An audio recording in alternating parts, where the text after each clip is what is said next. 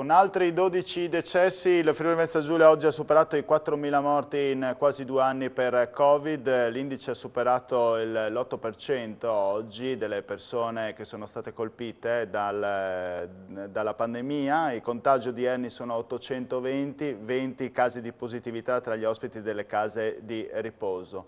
Va anche detto però che la curva dei contagi è in leggero calo questa settimana a dispetto di questi numeri che vi ho appena dato. E poi in mezzo a tutte queste statistiche ci sono dei dati positivi, l'alta prenotazione per le terze dosi e il via libera alle vaccinazioni delle fasce d'età dai 5 agli 11 anni. Oggi nella puntata di Screenshot abbiamo qui al mio fianco Romano Paduano che è il medico di famiglia. Buonasera, è venuto a ritrovarci. Grazie. Allora, innanzitutto Paduano volevo chiedere un po' dal suo tipo di osservatorio lo stato d'animo che la sua categoria sta vivendo, anche paragonandolo un po' a quello che è accaduto, a come stavamo un anno fa, quando il vaccino doveva essere ancora inoculato nei primi pazienti e quindi le curve erano ben altre in questo caso, erano decisamente in ascesa, eravamo in zona arancione se non quasi rossa. Ma le cose sono cambiate profondamente dal punto di vista proprio epidemiologico. In quest'anno abbiamo molti più pazienti vaccinati, abbiamo molti più pazienti che sono coperti, anche noi sanitari per la prima volta siamo quasi tutti coperti, chi ha voluto è coperto, diciamo, per cui la maggioranza li possiamo dire coperta, mentre l'anno scorso ci trovavamo a essere senza difese immunitarie, cioè il vaccino ha incominciato a girare a gennaio, e tra l'altro molte volte avevamo senza dispositivi di protezione individuali. Sembra lontanissimo quel tempo, ma ricordiamoci che non c'erano neanche le mascherine. E dovevamo organizzare tutti quanti i nostri ambulatori con i dispositivi di protezione individuali, le situazioni per pulire gli ambienti, per lavarsi le mani, ozonizzatori, tutto quanto. Era una fase di preparazione che ci ha trovati tutti quanti impreparati, anche perché non eravamo abituati a una pandemia e non eravamo neanche pronti dal punto di vista tecnologico. Insiste a dire, non c'erano le mascherine, ci ricordiamo le polemiche sulle mascherine vendute in farmacia, caro prezzo, che c'erano, non c'erano. I primi eravate voi, esposti a non avere neanche i dispositivi. Esatto, problemi ne sono usciti tanti. Però diciamo eravamo appunto con una maggiore consapevolezza del rischio e le persone erano molto più consapevoli del rischio. Difatti sappiamo benissimo, le strade erano deserte, erano tutti abbastanza chiusi, senza pensare ai lockdown che abbiamo avuto, ricordiamoci che abbiamo avuto lockdown piuttosto pesanti, per cui questa è la differenza. Quest'anno invece cosa vediamo? Molta più gente vaccinata, molta più dispositivi di protezione, molta più coscienza. Ormai è difficile trovare gente che non sappia le regole elementari, lavarsi la mano. Indossare la mascherina è ancora difficile perché molte persone non la indossano col naso fuori, cioè quelle piccole regole, chi non la sopporta, chi deve fumare, chi deve bere il caffè al bar, cioè ci sono tutte queste regole che andrebbero rispettate con maggiore consapevolezza e soprattutto il problema che è nato è che, come tutte le cose, un po' ci siamo abituati, un po' siamo meno spaventati e un po' col discorso della mascherina, di lavarmi le mani, abbiamo perso quella paura. Difatti sono contento dal punto di vista economico della nazione, i centri commerciali sono strapieni, i bar sono pieni, i ristoranti sono pieni, sicuramente positiva perché sennò l'economia stava andando. C'è una maggiore fiducia diciamo nell'economia, ma questa fiducia porta anche una maggiore troppa sicurezza probabilmente e questa crea magari dopo il caso di calo di attenzione che poi porta all'aumento dei contagi e della positività. Esatto, che devo dirlo, non sono un osservatorio privilegiato statisticamente, però abbiamo visto che ad esempio nei paesi piccoli succede che ci si infetta tra amici, parenti, no? Cioè in cluster piuttosto piccoli in cui ci si vede a cena, si beve un bicchiere assieme, che ti teniamo la mascherina e che, mi dispiace dirlo, anche alle cerimonie pubbliche, matrimoni o funerali che gli anni scorsi erano proibiti, adesso si rivede la gente. E le scuole? E le scuole, i bambini. E le scuole sono un'altra fonte di contagio. Le scuole adesso sì, perché si è trasferito, esatto, perché si sono trasferiti sui ragazzini, sui bambini piccoli, sui giovani, sui bambini, in cui se sicuramente, adesso non voglio entrare in polemica con nessuno, se sicuramente le scuole sono sufficientemente garantite, così come i posti di lavoro, il problema è il trasporto pubblico. Lei pensa che è lì il vero cluster che si crea, non tanto in classe, dove viene anche tenuta magari la bolla, dove ci sono invece, vengono mantenute anche perché c'è una persona ovviamente che li guarda, li osserva la mascherina, ma sono... Le corriere, gli autobus viaggiano pieni, anche lì è stata una scelta che non mi permetto di giudicare, soprattutto anche gli ingressi e le uscite dalle scuole, nel corridoio, come quando eravamo a scuola noi, cioè si fa si va dappertutto. Esatto, Certo. quello ci sono sicuramente, ma soprattutto quello che diceva che giustamente lei, c'è un pochino questo calo di tensione, la paura è un po' passata perché soprattutto adesso si vede con i vaccinati che il Covid non è così tragicamente pericoloso, ci sono stati morti, ci sono i pazienti in unità coronarica, sì, in unità intensiva, non dimentichiamo questi, però per fortuna nelle persone esterne molto spesso il Covid si forma in maniera più leggera e secondo alcuni virologi questo qui è un segno positivo che probabilmente il Covid incomincia ad abituarsi a vivere assieme a noi, questa convivenza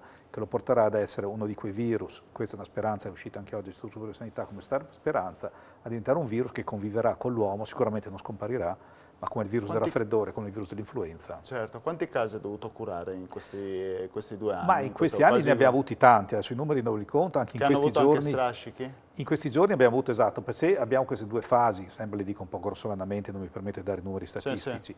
Sì. La prima ondata di Covid è stata molto più grave, con pazienti ricoverati in terapia intensiva e soprattutto con pazienti che hanno ancora dei reliquati, persone che hanno difficoltà a respirare, persone che hanno difficoltà a fare il test del cammino, che è quello che si misura per vedere in quanto tempo riescono a fare 6 minuti di cammino, quanto spazio riescono a fare in 6 minuti. Quando è che la situazione va monitorata? Perché magari qualcuno anche dice, vabbè, manca un po' il respiro, però è meglio, tanto lo recupererò. È meglio andare a sondare invece, andare dal proprio medico e riferire di questi piccoli sintomi magari? Più che andare dal proprio medico no, okay. Per chiamare il proprio medico, quello sì. E chiaramente adesso è cambiato, mentre prima si diceva come segnale fondamentale la febbre alta, la perdita del gusto, adesso si è visto che la febbre alta è molto più rara. E anche la perdita del gusto è più rara. Sono patologie più leggere che se da una parte sono positive assolutamente, dall'altra però fanno sì che sia più facile infettarsi perché con 38 e 39 di febbre è probabile che uno stia fermo a casa, con un po' di febbricolo, con un po' di malessere, quasi sempre. Ma ci si può confondere col vaccino, esatto. Con l'influenza. Con l'influenza, c'è anche questo che gira, l'influenza, le malattie, tutte le flogose, le prime viere, superiori, per quello è fondamentale anche riuscire a vaccinare il maggior numero di persone per l'influenza, per, diciamo, non dico evitarla del tutto, ma essere abbastanza tranquilli che quei sintomi, una persona vaccinata per l'influenza, sia più coperta almeno dei sintomi dei virus influenzali. Per fortuna la risposta antinfluenzale è stata buona, la campagna sta andando avanti. Dosi ce ne sono? Dosi finora ce ne sono, questo è stato anche uno dei piccoli problemi, non mi permetto di lamentarmi, ma che contemporaneamente portiamo avanti la campagna antinfluenzale, la campagna antipneumococcica e contemporaneamente la campagna anti-Covid, che chiaramente ha provocato un sovraccarico di domande, un sovraccarico di attività da fare. È già un miracolo che lei sia venuto in trasmissione da noi oggi, perché immaginiamo anche altri suoi colleghi che abbiamo interpellato in questi giorni difficilmente riuscivano appunto a collegarsi anche dal loro ambulatorio perché era difficile. Ci sono certi medici, senza nulla a dire, su reti nazionali che compaiono ogni giorno, ma poi va detto anche questo, che voi invece siete difficilmente reperibili proprio perché dovete stare a fianco del paziente. Questo va dato atto. Io ho finito alle 4:30 ambulatorio oggi, sono venuto qua come ho visto al telefono, mi hanno chiamato 10 minuti fa, cerchiamo di dare quel servizio perché molte volte dare una risposta anche telefonica, di far sentire al paziente che è seguito, che è accompagnato, è molto più importante che non un intervento da grande lume della scienza, molte volte far sentire uno non abbandonato è fondamentale. Senta, io le volevo chiedere anche una domanda prettamente tecnica sanitaria. Secondo lei, a questo picco del Covid o dell'influenza siamo arrivati? Dobbiamo aspettarci altre ondate, quinte ondate, seste ondate? Detto da un medico come lei, insomma, da un esperto. È difficile dirlo perché tutti quanti speravamo di averla finita sempre. Purtroppo abbiamo visto che l'arrivo di nuove ondate, adesso la famosa variante Omicron, che non mi permetto di parlarne, anche l'Istituto Superiore di Sanità ha detto dobbiamo aspettare 1 settimana o 2 per capire cosa succede, per cui non sono io sicuramente a dare la soluzione. Ci sono anche altre branche della medicina, come dei genetisti, insomma, che magari sono esperti in questo. C'è chi dice, anche oggi uscita l'ultima uscita dell'Istituto Superiore di Sanità, che dice che il fatto che l'Omicron sia più contagioso ma meno pericoloso probabilmente è un segno di questo adattamento del virus all'uomo o dell'uomo al virus, perché sicuramente come tutti i virus è difficile che un virus scompaia. Pensiamo al virus del raffreddore, al virus dell'influenza, ai virus di alcune gastroenteriti, che sono virus che girano tra la popolazione, che non sono mortali, non sono particolarmente patogeni e c'è una sorta di convivenza che permette al virus di sopravvivere, perché adesso non stiamo a dire che il virus sia intelligente perché non è dotato di intelligenza, però chiaramente un virus per sopravvivere e per riduplicarsi non deve far fuori l'ospite che lo accetta. Insomma, mi pare di aver capito dalle sue parole anche a questa forma di adattamento al nostro corpo da parte del virus, che noi dovremmo abituarci a questo, chiamiamola pandemia, ma a questo virus per lungo tempo, in maniera magari fluida, con situazioni in cui ci sia l'ondata, quarta, quinta o sesta che sia, magari a dei picchi imprevedibili. E pensiamo semplicemente... Tolta l'estate, quando le temperature ricordiamoci, si senza aumentano. far paragoni virologici, che per amor del cielo, ricordiamoci solo dal punto di vista epidemiologico all'andamento dell'influenza. Ormai siamo, oserei dire, 20 anni che ci vacciniamo per l'influenza ogni anno. Prima abbiamo preferito vaccinare i più anziani perché sono quelli più soggetti a complicanze con l'influenza. Però ormai è da 20 anni che la popolazione si vaccina, è da 20 anni che abbiamo dei picchi stagionali, sapete ci sono tutti i sistemi nazionali di sorveglianza quando arriva il picco, ancora un po' il telegiornale apre le notizie, è arrivato il picco dell'influenza, ogni anno è diverso dall'altro, per cui il vaccino deve essere rifatto e c'è una corsa continua di questo adattamento dell'uomo al virus o del virus all'uomo. Quindi non è assurdo se diciamo che questa terza dose non sarà l'ultima, potremmo abituarci a ogni anno a un vaccino che riguarda appunto questo tipo di virus. Ci siamo abituati ad alcune cose che sembravano impossibili. Io mi ricordo che tutti quanti guardavamo con stupore i turisti cinesi e giapponesi per Venezia, per Firenze, per le nostre città, con le mascherine, che li davamo, credevamo fossero un po' strani, diciamo. Adesso ci stiamo abituando anche noi ad andare in giro con la mascherina. Secondo lei il Green Pass è stato un utile mezzo per portare la gente a vaccinarsi e nello stesso tempo per fare in modo che le attività economiche possano andare avanti e quindi abituarsi in questa doppia strada, a convivere, usiamo questo tipo di parola? Mi dispiace dirlo, sì. Dispiace dirlo perché dispiace dirlo? Perché dovremmo essere un popolo più maturo, cioè è lo stesso discorso, scusi cambiando argomento, che non può essere che uno si deve mettere la cintura di sicurezza in macchina se no prende la multa. Qua siamo abituati comunque che la gente non mantiene distanze di sicurezza in macchina perché usa il cellulare, diciamocela tutta. Per cui dopo si dà colpa ad altro, però il problema principale è quello, la distrazione. Ricordo che alcune regole di buona condotta di salute è stato, mi ricordo anni fa, tutti i corsi che facevamo con noi medici per i pazienti per farli smettere di fumare, andavano in fumo nel veramente senso della parola. Quando è entrata la legge che era proibito di fumare nei locali pubblici è cambiato. Si sono abituati. Certo. Cioè, dispiace dirlo, siamo un popolo che un po' deve essere diretto, chiamiamolo così. Allora andiamo in pubblicità, dopo queste parole da parte di Paduano ci vediamo tra pochi minuti.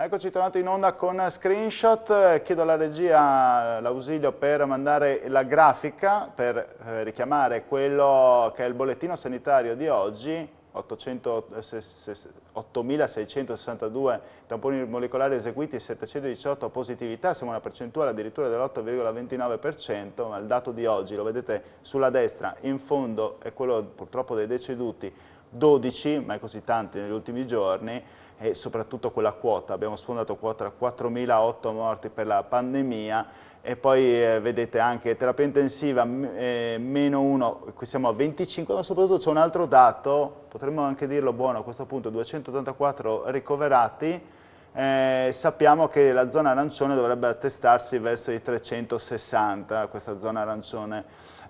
Giusto Paduano, che insieme a me, medico di famiglia, giusto dividere vaccinati con non vaccinati, creare questa specie di separazione, dare in modo che i vaccinati riescano a svolgere tranquillamente le loro attività, ma anche andare nei ristoranti, mentre i non vaccinati devono stare fuori, esclusi. Non si crea un attrito anche dal punto di vista sociale? Sì, allora, non per essere interventista o cattivo, cioè è chiaro che una persona vaccinata ha un minor rischio A di contagiarsi, B di trasmettere il virus, per cui una sicurezza.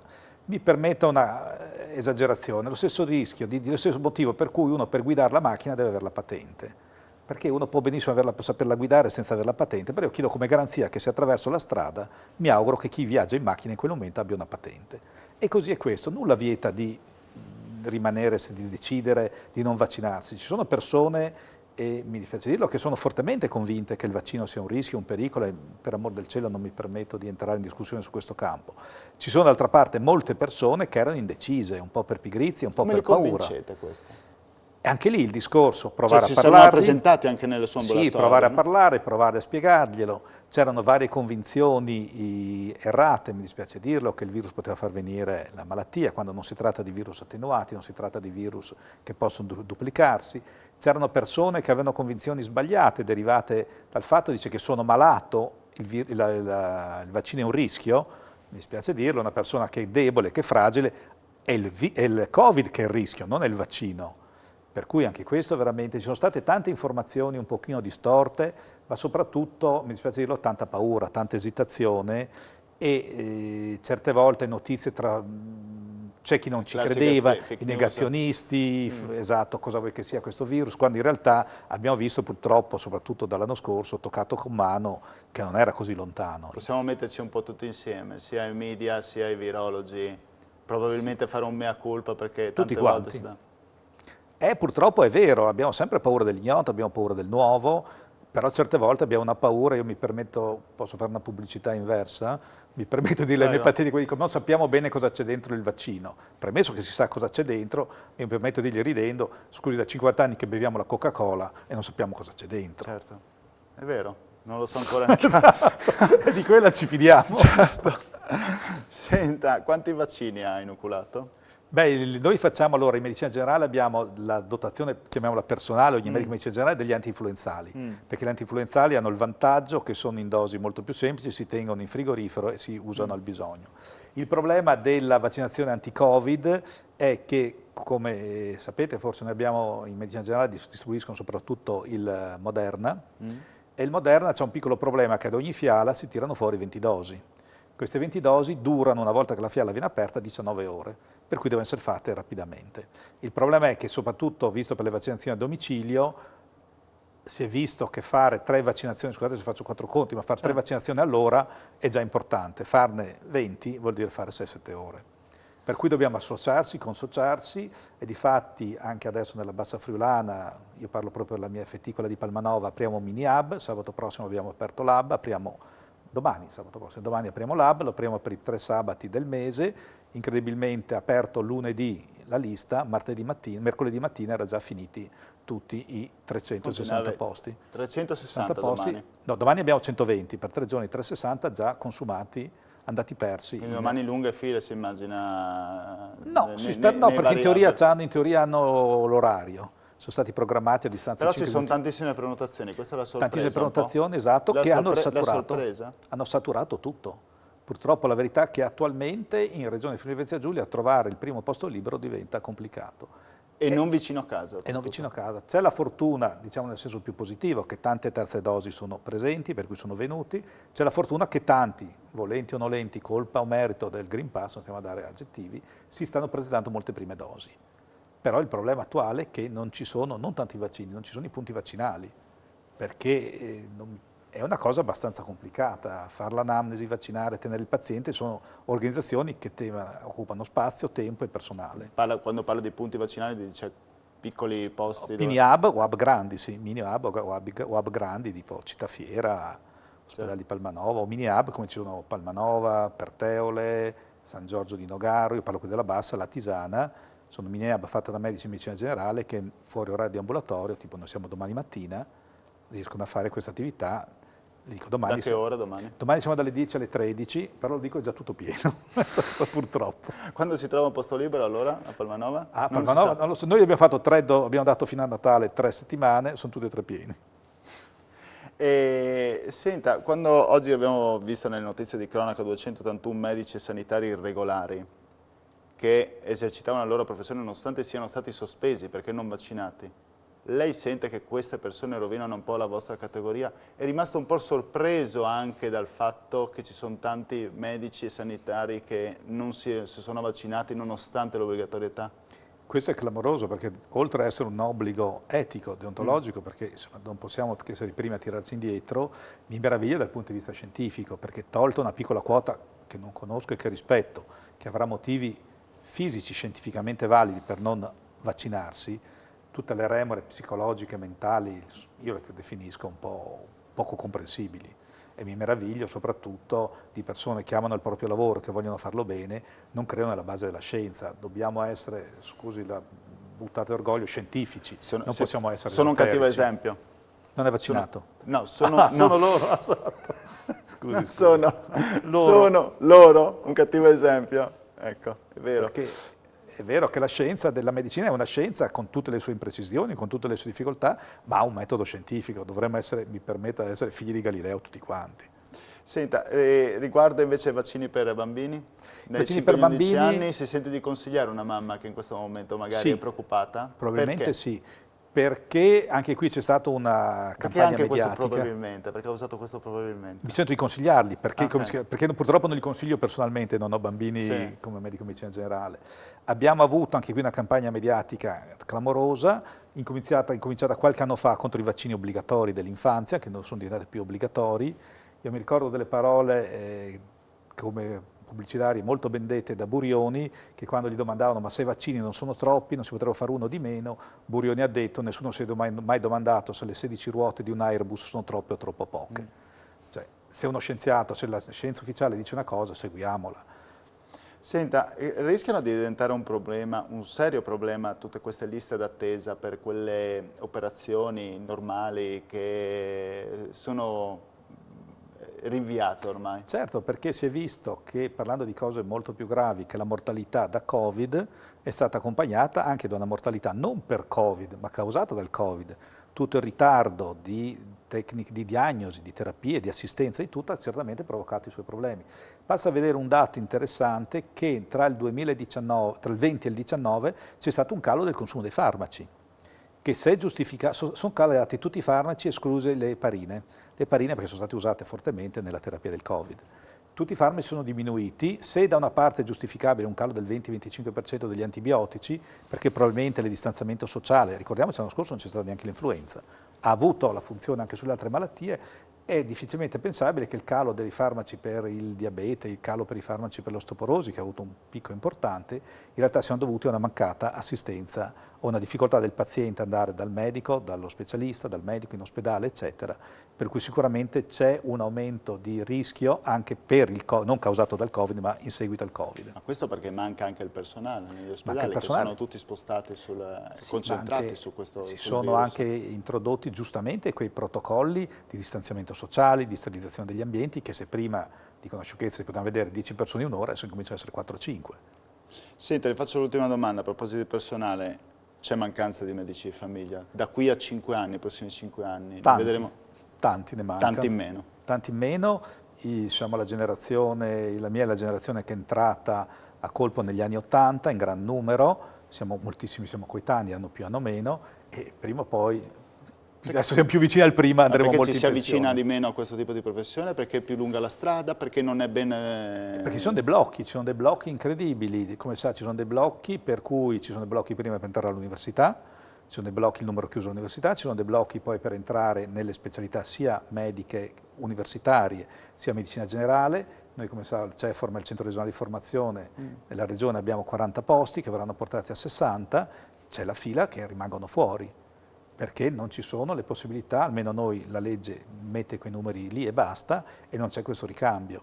Calcoli che qui mi permetto da direttore del centro regionale di formazione fare una piccola lamentela, ad esempio il Covid ci ha obbligato a ridurre la qualità della formazione, perché i giovani colleghi, giustamente per il momento che vivono, sono più distratti da tracciamento, da vaccinazioni e tutto, che non di seguire le lezioni. Bene, grazie Paduano per essere intervenuto in trasmissione, Grazie. Le auguro buon lavoro, non deve rientrare in un laboratorio, non credo, no, devo ma domani deve rispondere perché sa che lo starà chiamando e domani invece sarà a Palmanova. Bene, grazie di tutto, noi ci vediamo prossima settimana, mercoledì vi aspetto sempre con Screenshot, arrivederci.